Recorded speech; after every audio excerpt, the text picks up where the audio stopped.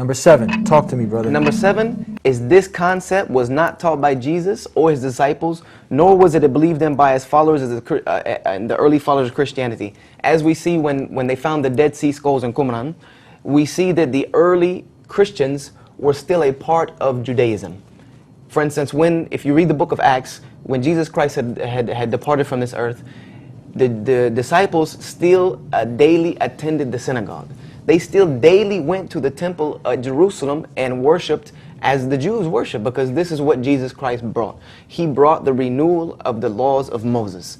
So if the disciples were running around teaching people that Jesus was God, they would have been banished out of the temple the day they walked in, or they would have started their own church. But neither did Jesus. Jesus went to the temple himself. He did not build his own church anywhere and say, worship me. He went to the temple and worshiped God in the same way that Moses worshiped God, the same way that Abraham worshiped God, the same way that David worshiped God, the same way that Zechariah worshiped God.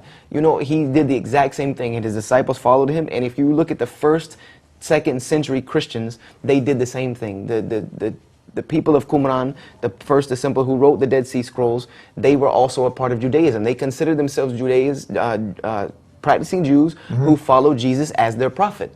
So we see that nothing had changed. This whole concept of Trinity did not come about until the 3rd century of the church, and it was not formulated as a doctrine that must be believed in until 325 AD at the Council of Nicaea, when all of the bishops and the scholars of Christianity, what started to reform into Christianity after Paul, came together and said, okay, this is a doctrine that we must believe in. And the first person to expound this doctrine was Paul, who never saw Jesus Christ himself, never walked with him, never talked to him, never saw him, never ate with him, never learned from him.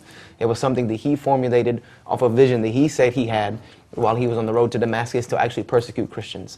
So he was the first person to ever come up with this title of Christian, ever come up with this title of Trinity, ever come up with the Godship of Jesus Christ or only begotten Son. All of these things came with Paul the Apostle.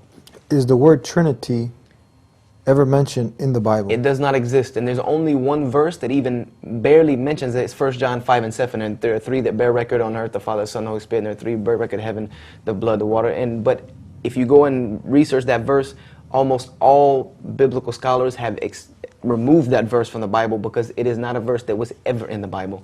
If you go get a revised standard version of the Bible, a new standard version of the Bible, all of those have removed that verse because it is explicitly not a part of the Bible. It is not found in any manuscript before 1200.